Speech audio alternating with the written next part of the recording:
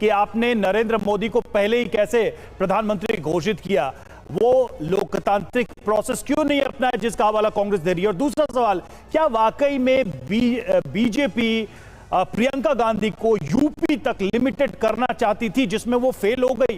क्योंकि प्रियंका गांधी की लीडरशिप का विस्तार हो रहा है, अब नॉर्थ से साउथ तक वो जाती नजर आ रही है।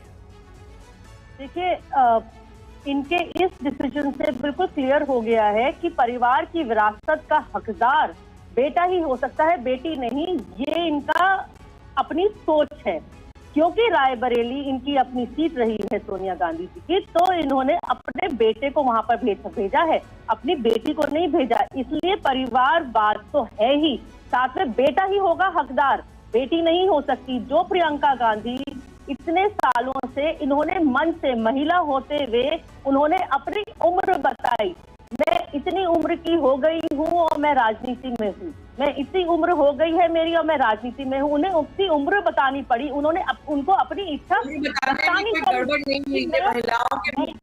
मैंने आपके बीच में नहीं बोला, मैंने आपके बीच में नहीं बोला, मैंने आपके बीच में नहीं बोला,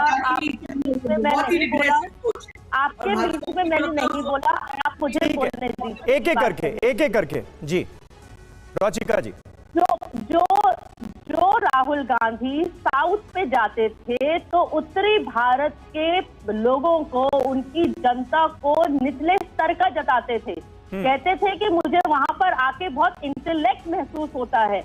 उत्तर भारत के लोग जो है वो मुझे रोचिका, लेकिन मेरा सवाल कुछ और था। जो दो सवाल मैंने पूछे उसका आप दोनों का उत्तर नहीं दिया। पहला ये कि प्रधानमंत्री का चुनाव पहले ही कैसे कर लिया गया जब कोई व्यक्ति विशेष की भूमिका नहीं है, जब लोकतांत्रिक प्रक्रिया अपनाई जाती है, ये कांग्रेस का आरोप है, उसका जवाब। और दूसरा कि प्रियंका गांधी को यूपी तक लिमिटेड करने में फेल हुई बीजेपी। देखिए, एक तो पहली बात यह है कि हम माननीय प्रधानमंत्री जी के नेतृत्व में पूरा एनडीए ने उनके चेहरे, उनको फेस बनाकर, पीएम फेस बनाकर इलेक्शन लड़ा है, तो वो तो ऑटोमेटिकली पीएम कैंडिडेट हो गए ना। ये हमारे आपस में हमारी समझ है, हमारी अंडरस्टैंडिंग है।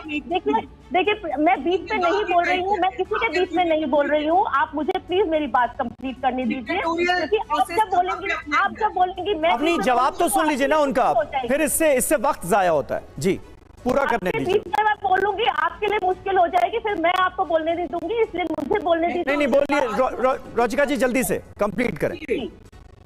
तो हमारे बीच में ये समन्वय है। हमारे यहाँ ये नहीं है कि हम अगर जीत गए तो हम हर महीने नया पीएम बना लेंगे, नहीं। एनडीए में इतना समन्वय है कि उन लोग सब ने, एनडीए ने, सारे दलों ने मिलकर प्रधानमंत्री माननीय मोदी जी को अपना पीएम का फेस बनाकर ये इलेक्शन लड़ा है, तो उसमें हमारे यहाँ कोई मिसअंडरस्टैंडिंग नहीं है। ये प्रॉब्लम इनके यहाँ हो सकती है। चलिए ठीक है। इंडी गठबंधन जो है